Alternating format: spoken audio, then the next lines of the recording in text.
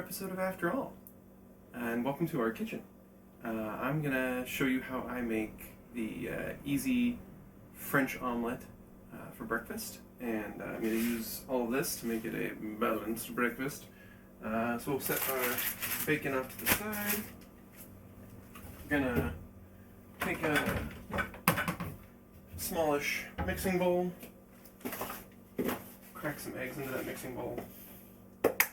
For us three who eat solid food, including eggs, because there's Emma too, but she doesn't eat eggs yet. For us three, I like to crack 6 eggs. I like just a hair more than 2 eggs. Jane likes a little less than 2 eggs, and Emily likes 2 eggs. So it all kind of works out in the end. Needless to say, we go through a lot of eggs. We eat this breakfast, or Emily's version of it, just about every morning.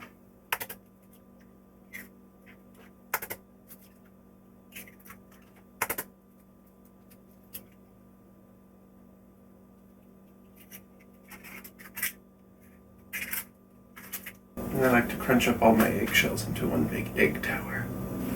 Before we mix our eggs, we're going to add in water and salt. The salt in the eggs is going to help bring out that eggy good flavor, and the water is going to release steam, which increases lightness and airiness in the finished eggs.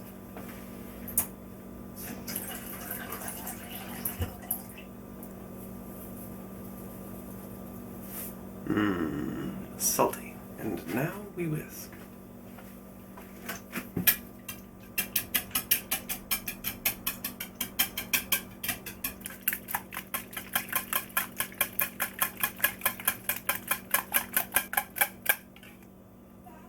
Yes, Jane. I love this old book. Is that a good book? Which has a flying pulpit. I'll show you which page that is. No. Which page is falling apart? I'm going to set our eggs off to the side now.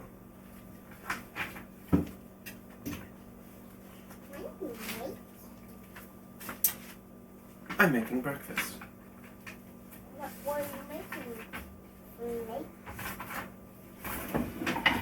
Just normal eggs and bacon and berries breakfast. I get out 3 plates. 1 for me, 1 for Emily, 1 for Jane. And on my plate, I will place the bacon in a paper towel. Then you take the plate, the paper towel, and the bacon and put it in the microwave for later. We wash some berries, and then we put them in 2 piles on Emily's plate. 1 pile for me, 1 pile for her, and put them on Jane's plate.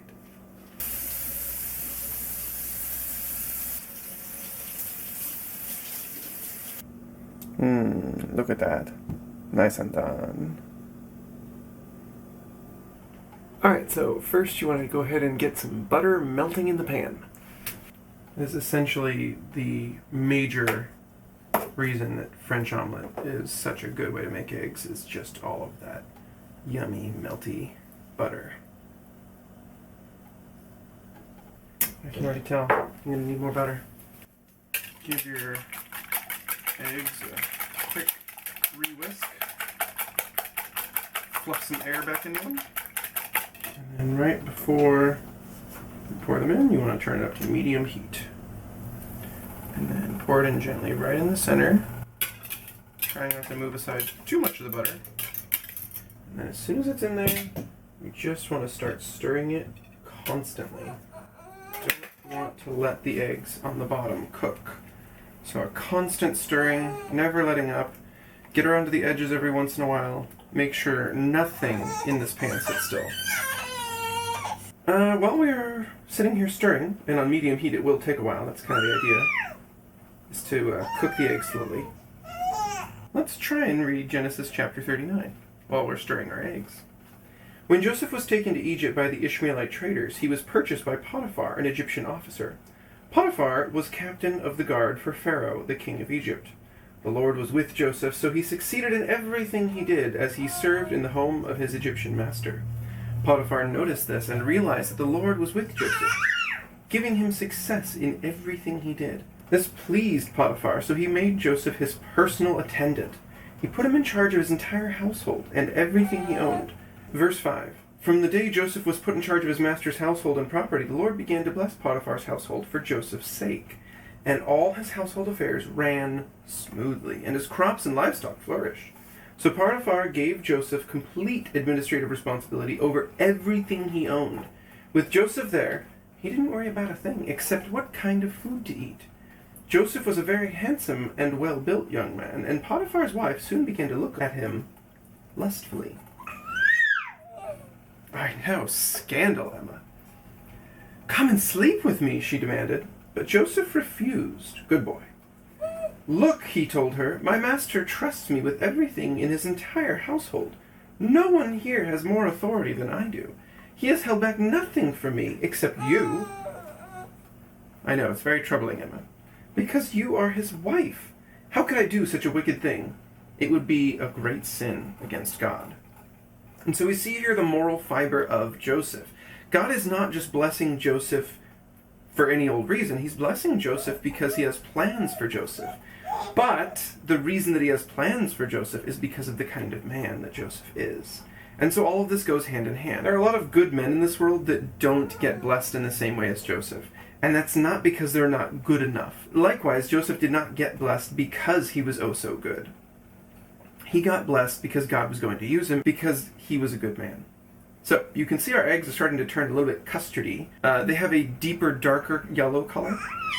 You may even, if you look very closely, start to see little floating pieces of egg as it cooks. We want to try and discourage that as much as possible until we are ready to start folding the whole thing over and making little thin layers on the bottom. We are almost there. Let's read a smidge more.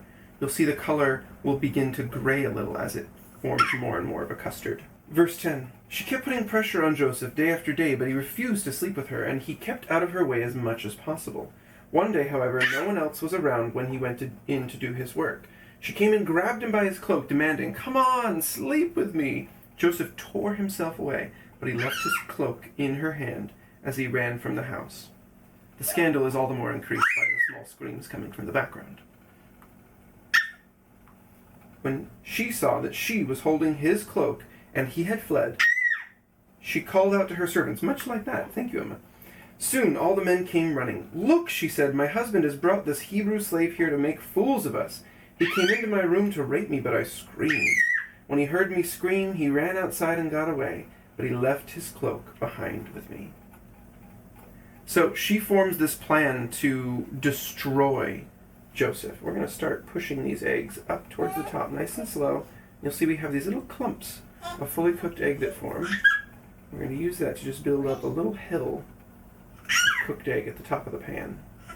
We have to make sure we don't forget to do middle lane, the left lane, the right lane. If your pan's bigger, you might actually have more than 3 lanes. My pan and my spatula fit such that I can just do 3 lanes. And the middle will cook more often than the sides. Not twice as often, but more often, because the heat is more directed into the middle of the pan. As you start to build up a good mountain or mound up here on the top of the pan, the level of liquid egg will start to lower. Jump around our pan real fast and just get all these. Let our eggs sit for a second as we get yet more butter.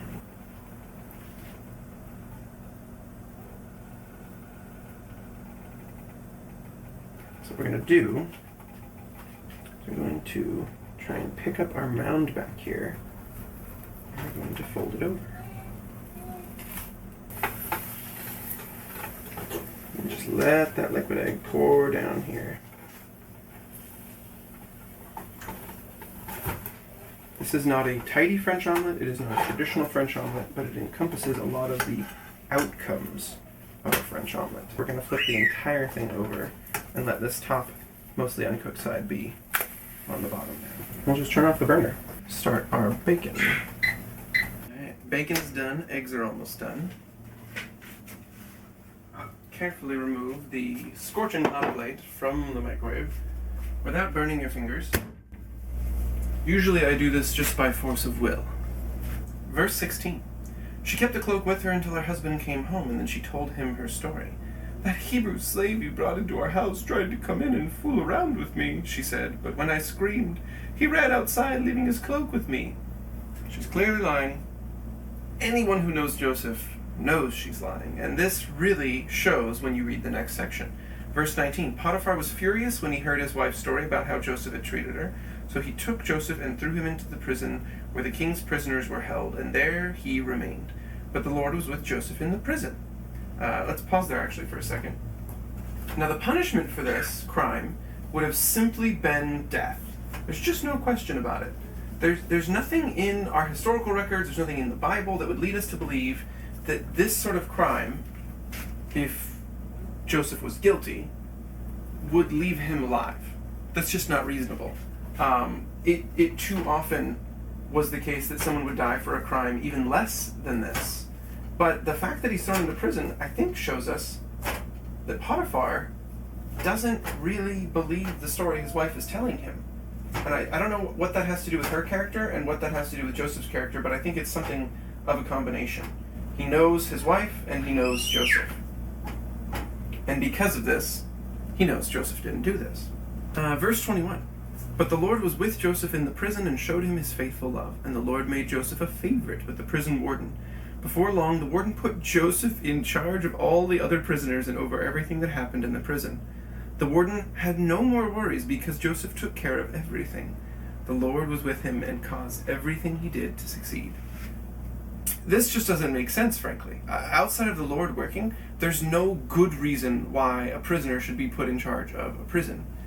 It just doesn't follow. So, Joseph being blessed by the Lord is the only thing that really accounts for this.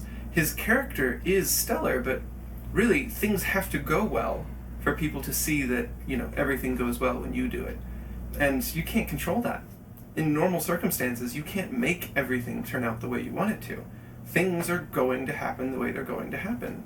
And you're not in control of that, but God is. In the end, we see that Joseph's life is not a series of events made right by God. We see that his life is a series of events that God uses, no matter how bad they are. And it's going to continue. It's not going to be all things being fixed by God, but it will be things being used by God. Remember that in this time, that as things go wrong, as things go out of control, that really God is in control, and he's able to use those things that don't go the way we plan them to. He's able to use evil. He's able to use hate. And he's able to bend that back around to complete his plan. I said it earlier that Joseph's life wasn't blessed because he was a good man, but rather he was blessed because God chose him and God used him in his plan. But how do you get to be part of God's plan? How do you walk into God's plan? And the answer is to be doing the simple good, the absolutely righteous, to be doing the thing that God would have you do in a given situation.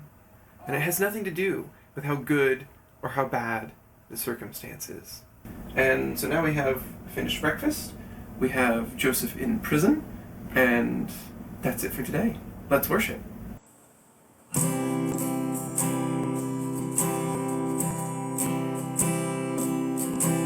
Jesus, Lord of heaven, I do not deserve the grace that you have given, or the promise of your word. Lord, I stand in wonder at the sacrifice you made. Mercy beyond measure, my debt you freely paid. Your love is deeper than any ocean, it's higher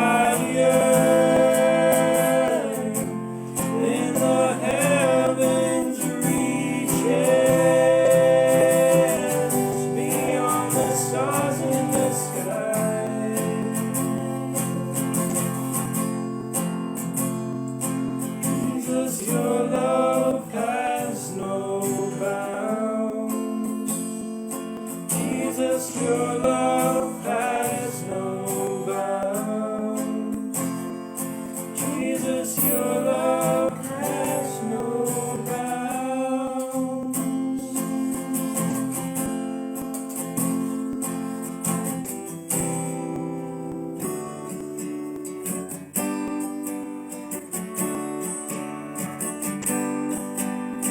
Take the moon, for instance. Pretend that it is me. Living out I shine. For all the world to see.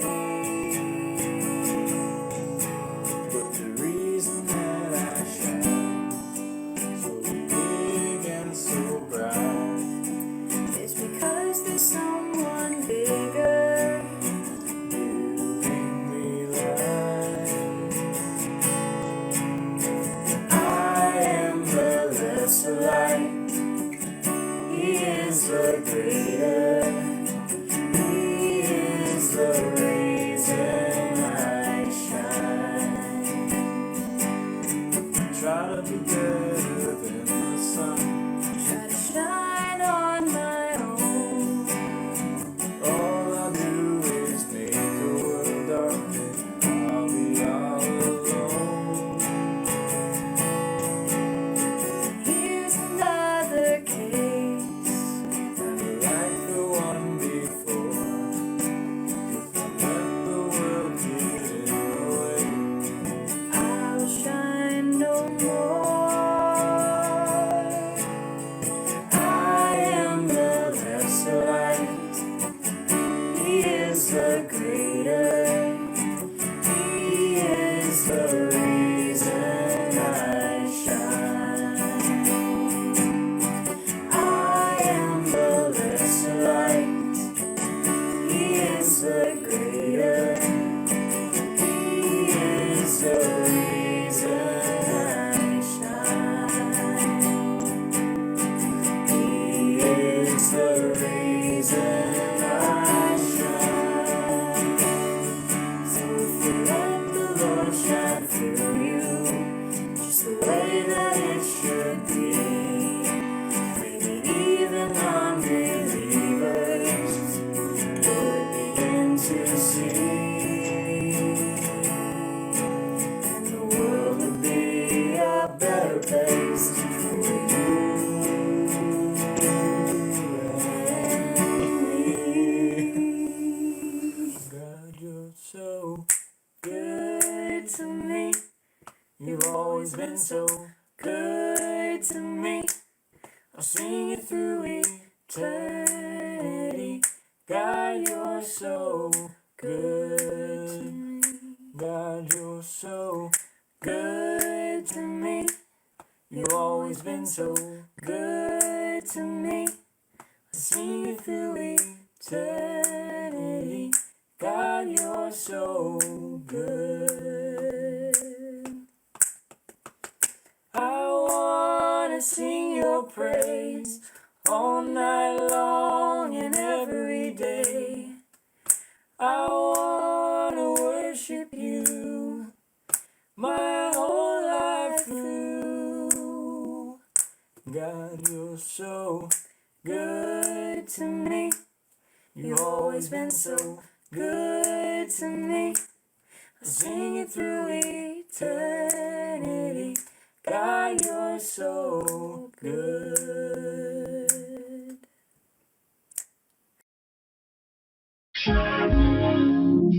Alright, your challenge for this week is to write a children's book. It could rhyme, it could not rhyme, doesn't matter. But try and teach something. Try and show something to kids that they don't know yet. It could be something of current events. It could be something timeless. But make sure it's a story and not just a lesson. And then, yeah, take pictures of the pages or scan them in if you have a scanner and then send it to us. We want to see your book. If you haven't heard, we are doing our 9 a.m. Sunday service in person at the church outdoors. So if you haven't made it down for a Sunday service yet, start planning on coming for next Sunday. Just go to our homepage, CCChico.com, to get the latest. And that's it for this episode of After All. I love you guys. I will see you on Wednesday.